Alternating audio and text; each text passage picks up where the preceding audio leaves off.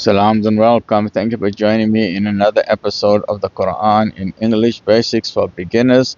A'udhu billahi minash shaitani rajim. Bismillahir Rahmanir Rahim. We're busy with chapter 95 of the Quran, Surah At-Tin, the Fig. Summary by Sayyid Abul A'la Mawdudi Rahmatullah Alayhi in Tafhim al-Quran, the meaning of the Quran. The surah has been so named after the very first word, At-Tin. Okay, in summary, this is one of the shorter ones, so it is a Makki surah, right? The theme and subject matter. Its theme is the rewards and punishments of the hereafter. For this purpose, first, swearing an oath by the habitats of some illustrious prophets, it has been stated that Allah has created man in the most excellent of molds.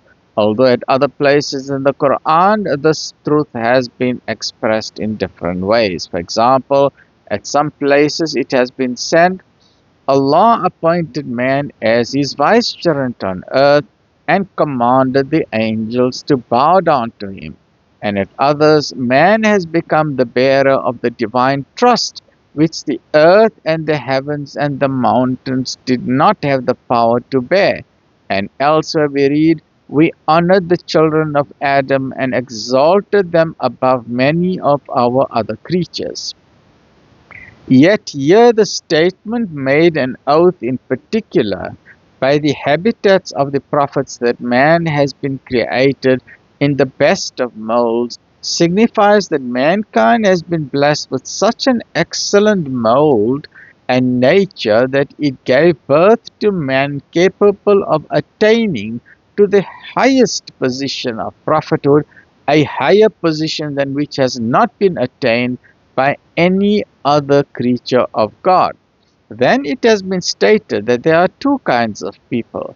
Those who, in spite of having been created in the finest of molds, become inclined to evil, and their moral degeneration causes them to be reduced to the lowest of the low, and those who, by adopting the way of faith and righteousness, remain secure from this degeneration and consistent with the noble position, which is the necessary demand of their having been created in the best of molds.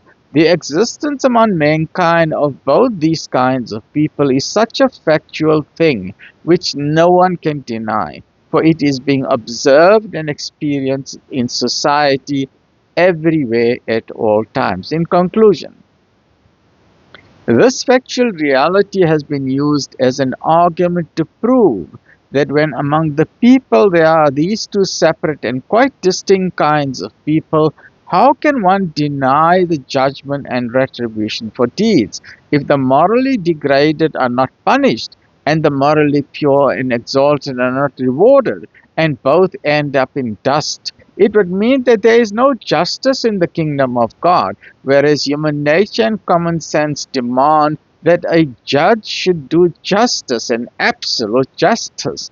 How then can one conceive that Allah, who is the most just of all judges, would not do justice? Allah is Al-Adl, the best of judges, who executes perfect justice. Stay well, look after yourself. Alhamdulillah.